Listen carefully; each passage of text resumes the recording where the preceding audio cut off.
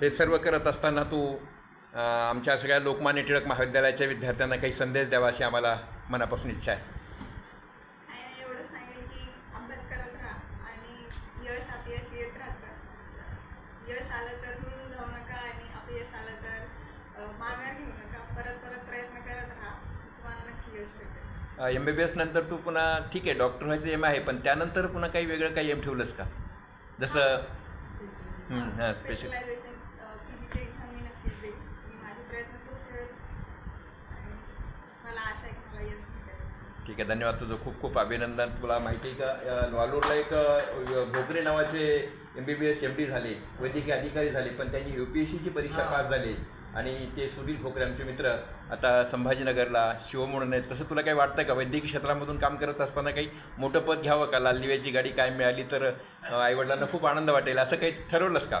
नाही, डॉक्टर होणं हेच माझं स्वप्न होतं आणि मला ह्या क्षेत्रातच आवड आहे, तर मी हेच कंटिन्यू करते. चला, खूप खूप अभिनंदन तुझं. धन्यवाद.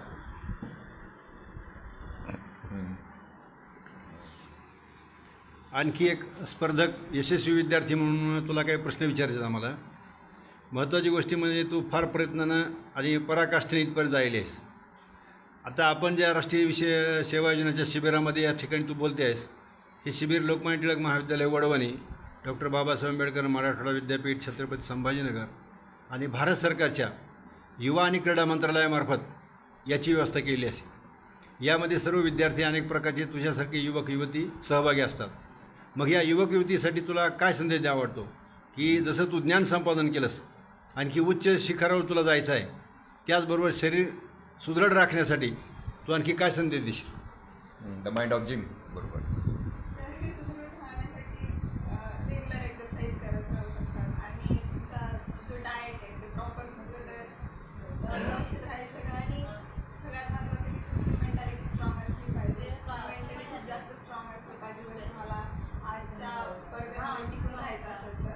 त्यामुळं तुमची मेंटॅलिटी स्ट्रॉंग ठेवा आणि वेगळ्या वेगळ्या गोष्टी करत राहा. एकदा तुझं सगळ्या महाविद्यालयाच्या विद्यार्थिनीसाठी नाव सांग पूर्ण.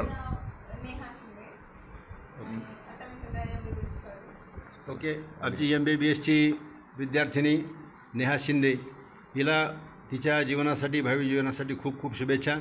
आपल्या महाविद्यालयाचे प्राचार्य डॉक्टर भालचंद्र कुलकर्णी, राष्ट्रीय सेवा योजना विभागाचे कार्यक्रम अधिकारी डॉक्टर अशोक खेत्री, डॉक्टर मनीषा ससाने, मी प्राध्यापक डॉक्टर गोविंद पांडव, आमचे सहकारी मित्र प्राध्यापक रामेश्वर पवार या ठिकाणी उपस्थित असलेली आमच्या सरपंच भगिनी सौ लताताई शिंदे मॅडम आणि आमचे मित्र श्री ज्ञानोबाराव शिंदे सर उपस्थित आहेत, त्यांचे सहकारी ठिकाणी उपस्थित आहेत.